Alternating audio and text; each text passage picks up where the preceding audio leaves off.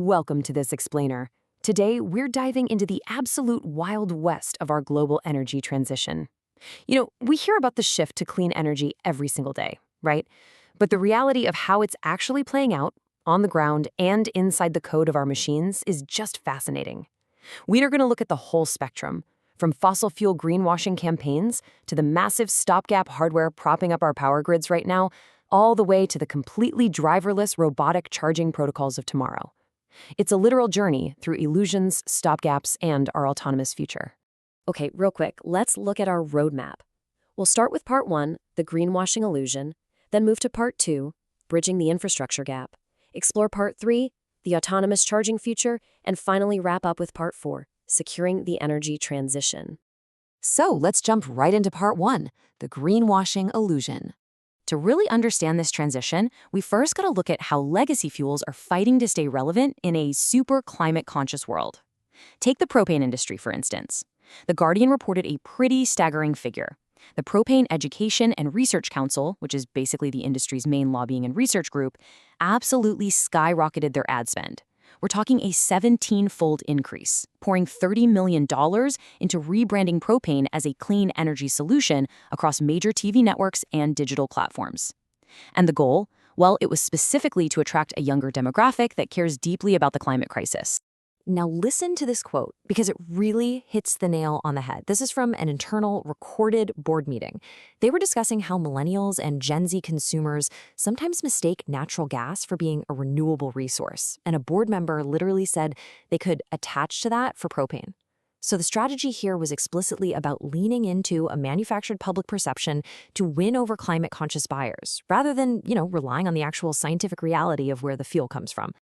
And that beautifully illustrates the massive disconnect at the heart of this campaign. The ads heavily promote renewable propane, stuff made from plant, seed, or animal oils, as this universal clean energy solution. But when you pull the actual data from the EPA and the U.S. Energy Information Administration, the reality is a completely different story.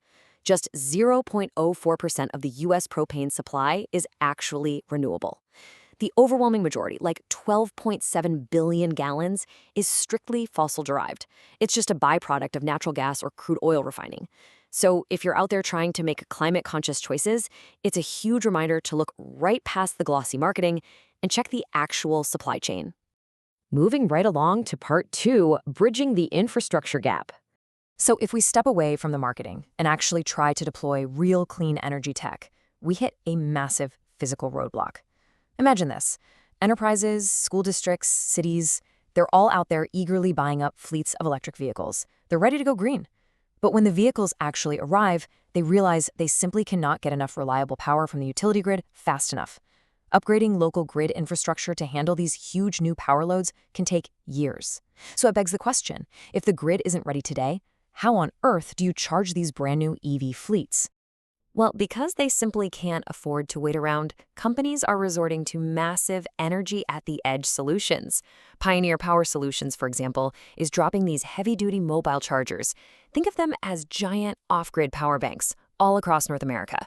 They're deploying these at school districts in California and Central Florida, for airside EV fleets at major Canadian airports, and even for remote utility work trucks in the Southeast that need power right this second.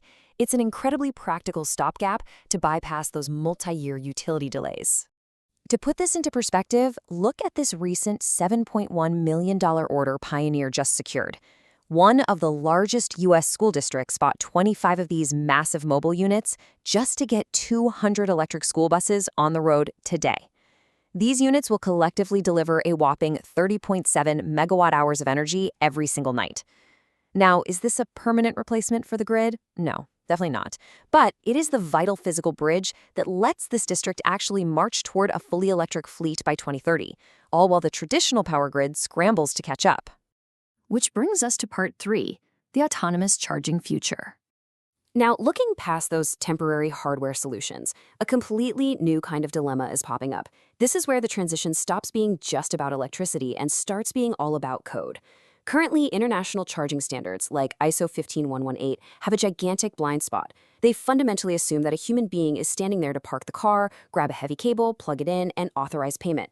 But think about fleets of Waymo robotaxis or the new Tesla Cybercab. They don't have drivers, so the entire foundation of how a car talks to a charger just completely breaks down.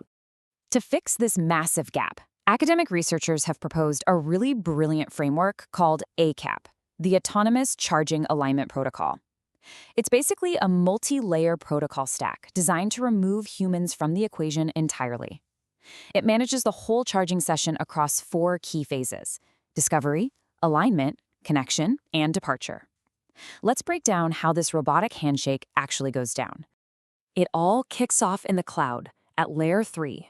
When an autonomous vehicle's battery gets too low, it doesn't just wander around hoping to spot an open plug. Instead, a fleet orchestrator runs a complex algorithm, looking at charger distance, wait times, energy prices, and station reliability.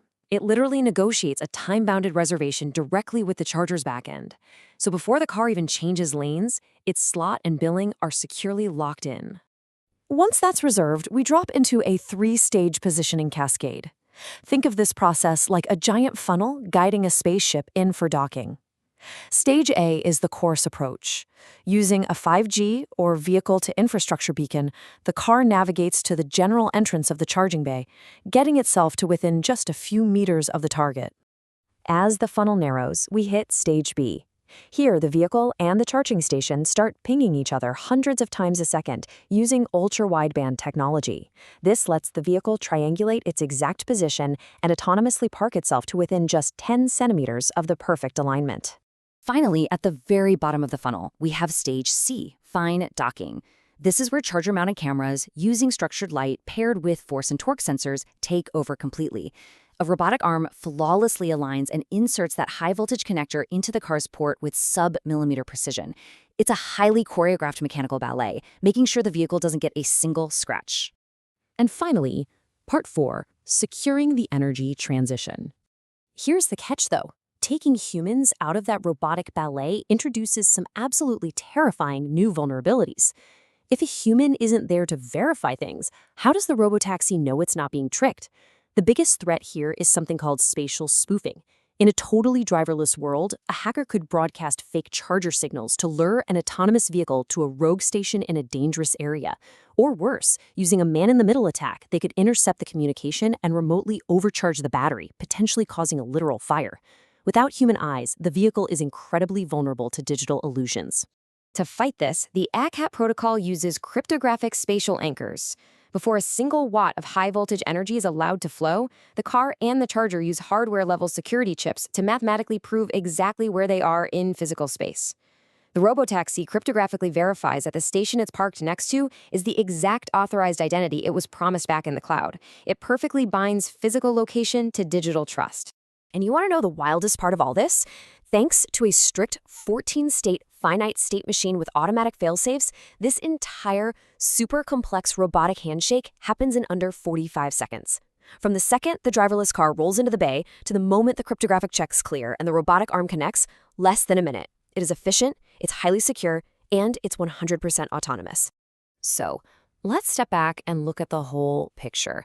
From an industry spending tens of millions to shift public perception on fossil fuels, to school districts relying on giant off-grid batteries just to run electric buses today, all the way to researchers writing the bleeding-edge robotic code for our driverless tomorrow, the energy transition isn't just flipping a switch, right? It's this massive, multi-layered puzzle of marketing, stopgap hardware, and advanced software.